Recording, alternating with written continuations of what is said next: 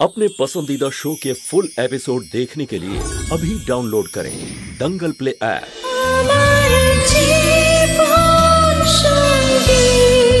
বেদ মা, আরে তাড়াতাড়ি এসো, দেখো কি এনেছি আমি। এই যে এটা। আরে বাহ, এসব কি এনেছো? কি আছে এর মধ্যে? আমি তো বুঝতেই পারছিলাম না যে কি কিনবো আর কি কিনবো না, সেই জন্য আমি যতগুলো পেরেছি খেলনা কিনেছি।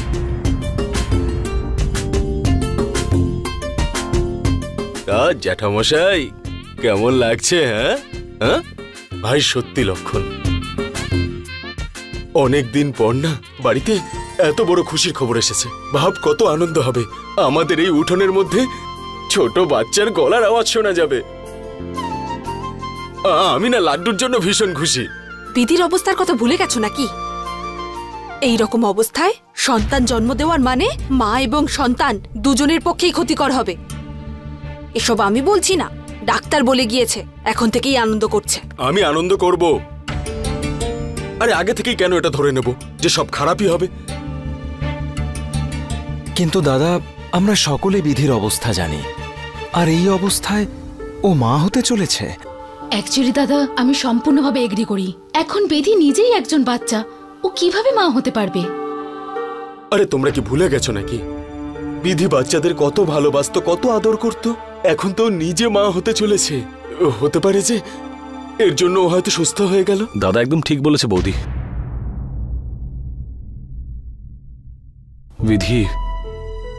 বিধি সব সময় মা হতে চেয়েছিল। যদি আজকে ওর শরীর ঠিক থাকতো না, তাহলে ও যে কোনো মূল্যে এই বাচ্চাটাকে বাঁচাতো। আর সেটা পসিবল যে বাচ্চাটার জন্য বিধি অটোমেটিক্যালি ঠিক হয়ে যাবে। আর বড়দা একদম ঠিক বলেছে যে আমাদের একদম খারাপ কিচ্ছু ভাবা উচিত নয়, খালি ভালো ভাবা উচিত।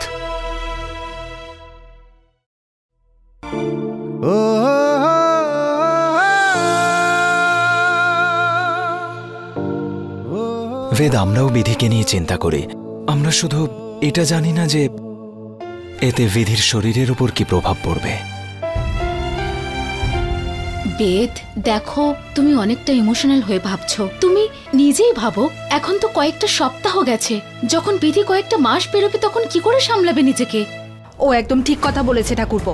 আমার মনে হচ্ছে এখন এই সময়টা বিধির মা হওয়ার জন্য ঠিক নয়। ওকে আগে সুস্থ হতে দাও, তারপর তো এসব নিয়ে ভাবা যায়। আর এই সিদ্ধান্ত নেওয়ার অধিকার শুধু একজন মায়ের থাকে, আর ও তো এখন সিদ্ধান্ত নেওয়ার মতন অবস্থায় নেই। আর যতক্ষণ না ওর অবস্থার উন্নতি হচ্ছে,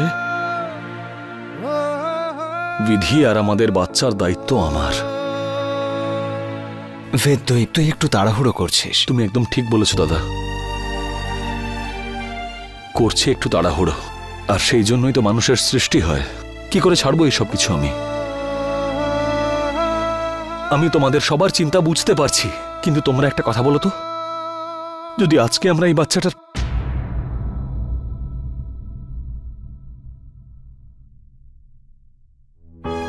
অ্যাবর্শনের সিদ্ধান্ত নিই, আর কাল যদি বিধি ঠিক হয়ে যাওয়ার পরে ওর যদি মনে হয় আমাদের সিদ্ধান্ত ভুল ছিল, তখন আমরা কি করব?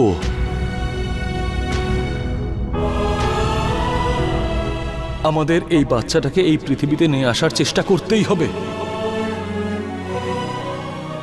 আর আমার আর বিধির কি হবে সেটা পরে দেখা যাবে। সবকিছু ঈশ্বরের হাতে। উনি আমাদের দুজনের ভাগ্য নির্ধারণ করবেন।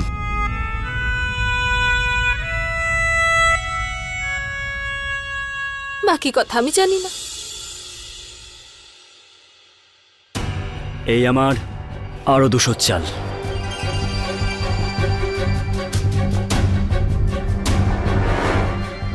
তুমি জানো যে এই খেলার প্রধান শর্তটা কি?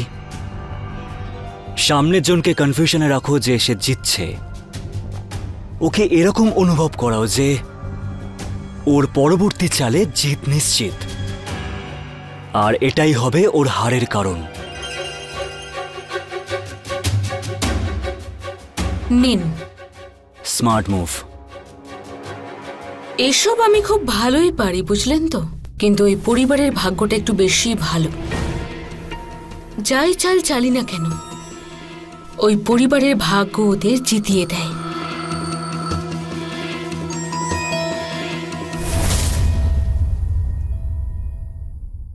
এমনিতে কার্ড তোমার ভালো ছিল, তারপরেও তুমি প্যাক করেছো।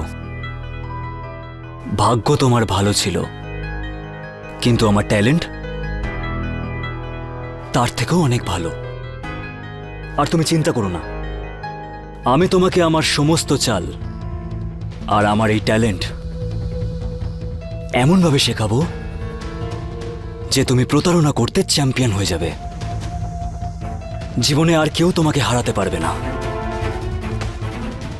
এই বাড়ির আর এই পরিবারের ভরসা তুমি অবশ্যই জিতবে।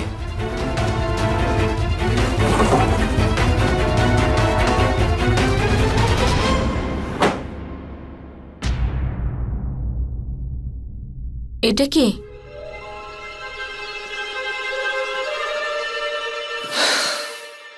আমার বাবা, যে মহিলা তোমার জীবনটা নরকে পরিণত করেছিল না, ওর জীবনটা শেষ করতে চলেছি আমি।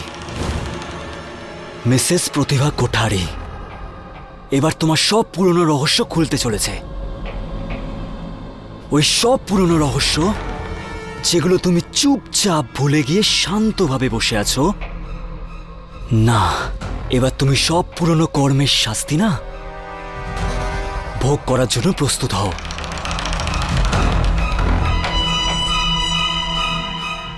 আচ্ছা শোনো, এবার আমি তোমাকে বলছি তোমাকে কি করতে হবে।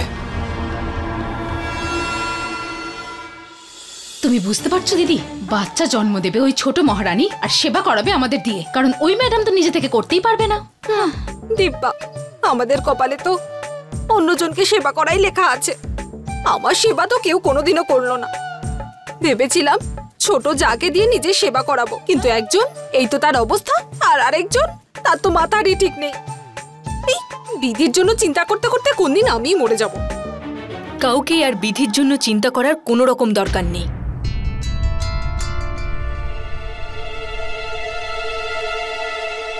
বিধির খেয়াল রাখার দায়িত্ব আমারই, আর সে দায়িত্ব আমিই পালন করব। হ্যাঁ হ্যাঁ, তুমি কেন ওর দায়িত্ব নেবে না?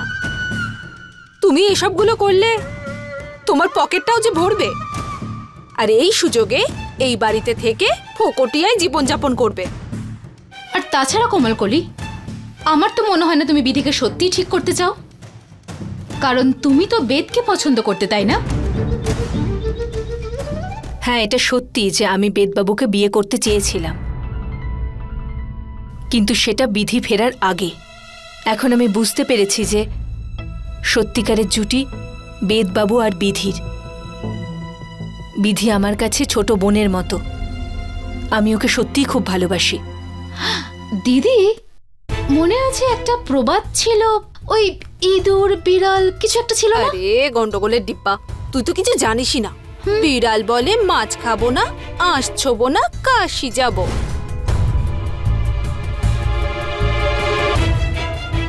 তোমরা আমাকে এত খারাপ মনে করো? বাদ দাও কোমলকলি, যে যেরকম হয় না অন্যদেরও সেরকমই খারাপ ভাবে। এদের মনের মধ্যেই পাপ আছে, তাই সবকিছু এরা খারাপ দেখে। কিন্তু আমি তোমাকে জানি, তুমি বিধির জন্য ভাবো। আমরা দুজনে মিলে বিধির খেয়াল রাখবো।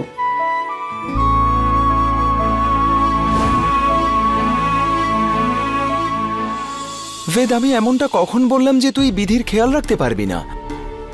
কিন্তু বোঝ, বিধি তোকে চিনতে পারছে না, ও তোকে ওর স্বামী হিসেবে মানে না। তাহলে 24 ঘন্টা ওর খেয়াল কিভাবে রাখবি তুই?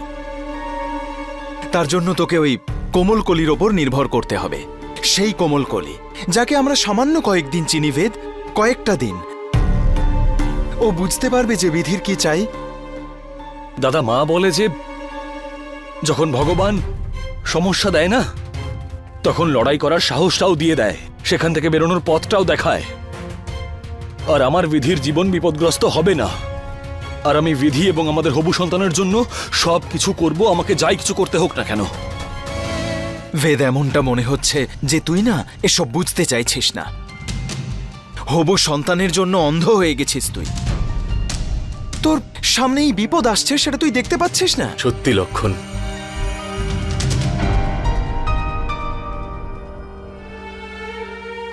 দেখ, এটা তো আমরা সবাই জানি যে বেদ তাদের মতন নয় যারা শুধু নিজেদের ব্যাপারে ভাবে। দেখ, ও যখন সিদ্ধান্তটা নিয়েছে, আমাদের ওকে সাপোর্ট করা উচিত, ওকে সাহায্য করা উচিত, ওর শক্তি হয়ে পাশে দাঁড়ানো উচিত। বেদ, দেখ, আমি তোর সাথে আছি।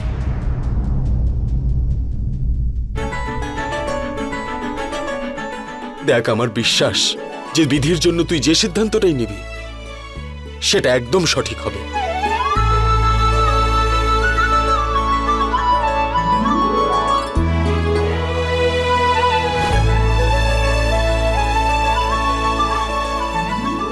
फुल एपिसोड देखने के लिए अभी डाउनलोड करें दंगल प्ले ऐप।